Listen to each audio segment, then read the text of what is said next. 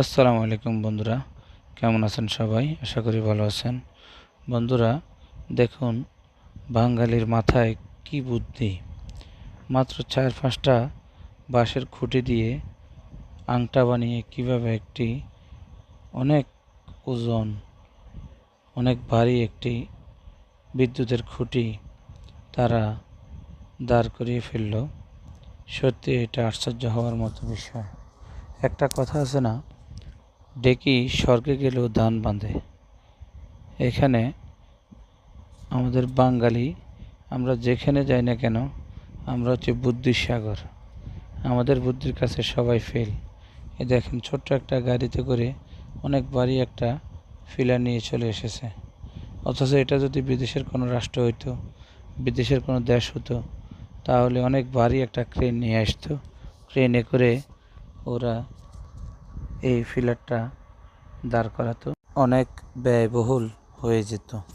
কিন্তু আমাদের দেশে এখানে যদি এই ফিলারের জন্য একটি ক্রেন নিয়ে আসে, তাহলে অনেক টাকার ব্যাপার আছে, যেটা গ্রাহক হয়তো বহন করতে পারবে না, অথবা যেই টাকা নিয়ে পল্লী বিদ্যুৎ অফিস এই ধরনের খুঁটি দিয়ে থাকে তাদেরও পোষাবে না।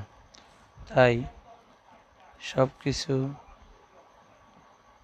ছাড়িয়ে, সকল ইঞ্জিনিয়ারিংকে ছাড়িয়ে বাঙালির বাঁশ দেওয়ার যে মন মানসিকতা, অথবা বাঁশ দিয়ে যে কাজ করার যে প্রবণতা বলেন, বুদ্ধি বলেন, বাঙালি দেখিয়ে দিল আসলে ক্রেন নয়, শুধু হাতের সাহায্যে, কয়েকটা বাঁশের খুঁটির সাহায্যে অনেক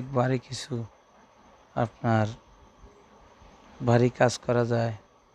আর সবচেয়ে বড় কথা হলো, যেভাবে আংটাটা তৈরি করা হয়েছে, 2টা বাঁশের মাথায় মোটা রশি দিয়ে বেঁধে আংটা করা হয়েছে। এটা কোনোভাবেই পড়ে যাওয়ার অথবা পিছলিয়ে পড়ে যাওয়ার কোনো সুযোগ নাই। একদম নিরাপদ এবং খুবই অল্প সময়ের মধ্যে, অল্প জায়গার মধ্যে, অল্প লোকজন দিয়ে এই খুঁটিটি সম্পূর্ণভাবে সোজাসুজিভাবে দাঁড় করিয়ে দিল আমাদের এই বাঙালি শ্রমিকগুলো, টেকনিশিয়ানগুলো। তাদেরকে এই বুদ্ধির প্রশংসা করতে হয়। দেখুন কত সুন্দরভাবে এই খুঁটির কাজটি তারা সম্পূর্ণ করলো। আর অল্প একটু বাকি রয়েছে, ইনশাআল্লাহ এবার হয়ে যাবে।